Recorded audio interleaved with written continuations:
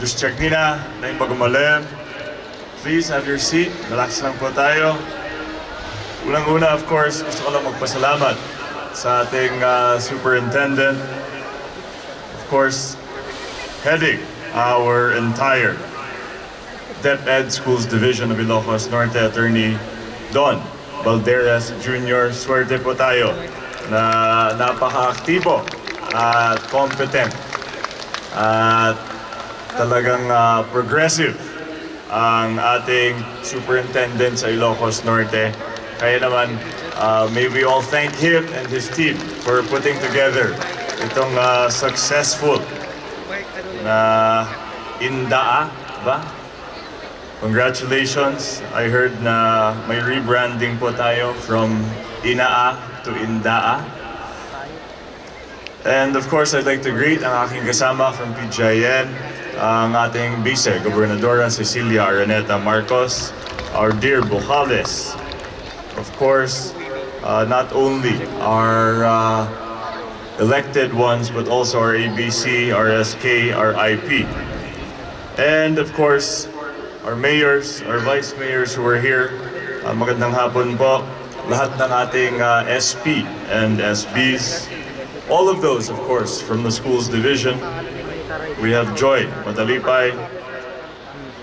All of the officials and personnel, including our PTA, we have Dan Langaman, Jean Reginaldo, Eric Aguilar. Of course, our sports heads, Helen and Fivo, our PNP led by Colonel Julius. Our education office led by Doc Danny Dakiwag, to all of the technical officials, tournament managers, coaches, school heads, teaching personnel, both public and private schools, and to all of the heads of the different athletic delegations, and to our athletes, of course. Magandang hapon po sa ating lahat. Ayun bagumalim. Unang-una, it gives me great pride and joy to see all of you here today, filling up almost half of our beloved Marcos Stadium that is finally open. Contrary to what Attorney Don mentioned earlier, I did not build a single inch of Marcos Stadium. Thankfully, bilang gobernador, I just instruct others what to do, even when I don't know how to do it.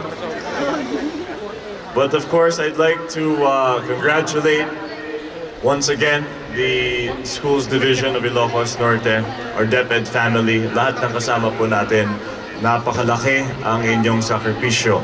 And this is such a noble and important event which I'm sure will be etched in the memories of our athletes and our kids for the rest of their lives. Not only their victories and their losses, but also the friendships, of course, that are fostered here at this sports event. Of course, alam niyo naman po that sports holds a special place in my heart. I will forever be a wannabe athlete, and I will forever support the Ilocano athlete. And I'm sure in the midst of us today are many future champions. And may we hope that this event is one step in their growth, not only as an athlete, but also as an individual and a member of the Ilocano community. Of course, I'd also like to congratulate the organizers for introducing our inaugural Mr. and Miss INDAA. Tama po ba? Have we already selected? Tonight. Ano to? Parang beauty pageant? Okay. And of course, for being inclusive and including our para-athletes, no? Ang ating mga SPED learners. Congratulations po. Well, once again, gusto ko lang po magpasalamat sa inyo. Thank you. It's a great honor to be here with all of you.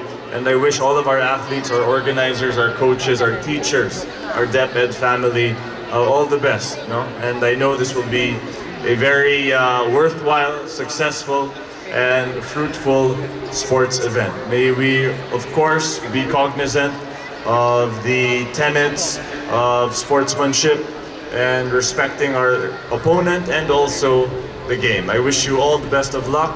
Sana walang ma-injure. Rest assured, your governor is behind you and behind the schools division of Ilocos Norte all the way. Maraming salamat po uli. Agbiyag, DepEd, Agbiyag, Ilocos Norte. Justiya Gina.